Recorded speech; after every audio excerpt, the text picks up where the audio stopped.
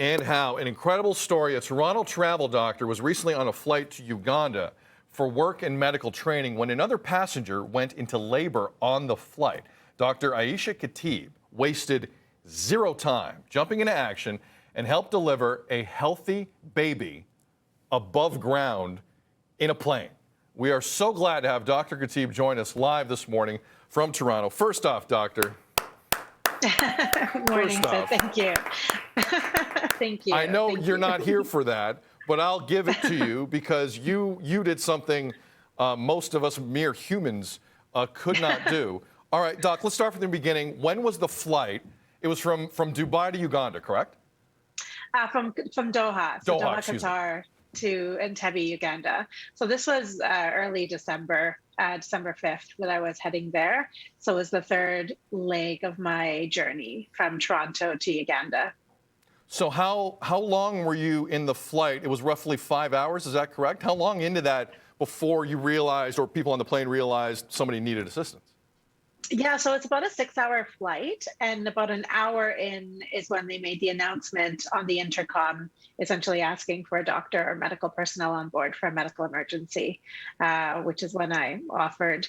I basically told the air steward I had training in emergency medicine, how could I help? And she basically directed me back to the very back of the plane. And as I got there, I just saw a crowd of people kind of around the seat. So the first thing I was thinking was, oh gosh, someone's had a heart attack. And I'm thinking, okay, how am I going to manage this in the space and on the plane? And as I got closer, I see this woman lying there on the seat with her head towards the aisle and her feet towards the window. And this baby was coming out. So how many times in your life have you heard, is there a doctor in the house? I've heard it probably about 4 or 5 times now on a plane, but it was never anything. Not just like at an event hall or something, like on a plane, you've heard that. Oh, on a plane, yes. Wow. So, I mean, chances are about 1 in 600 for a medical emergency on a plane, but chances to deliver a baby on a plane are about 1 in 26 million. What was, and I mean, doctor, I asked this from a layman's perspective, obviously. What was, when you surveyed the situation and this woman needing help, what was the biggest challenge physically that you saw around you? Well, initially when I got there, there was an air steward who was just in the row, and I mean, for me, the first thing I was assessing, is there anybody else who can do anything? So, I mean, I asked her, do you know how to deliver a baby? And she's like, no. So I was like, okay, well, move. So, get out of my way. Because essentially I realized I was it. And then I think the major thing was trying to figure out, how am I going to do this? So what resources do I have on the plane? And so, I called for the medical kit, because I know that there usually is a delivery kit in the medical kit. At least there is on the Air Canada. And in my mind, or actually out loud, I was just saying, okay, I need clamps, I need scissors. If I don't have clamps, I need shoelaces. And at one point I thought I need hot water. And I'm like, no, I don't need hot water. They just always ask for that in the movies. And so all these things are going through my mind as to what I needed to be able to do this safely, to make sure that baby and mom were okay. Doctor, that's amazing. She has your eyes, by the way.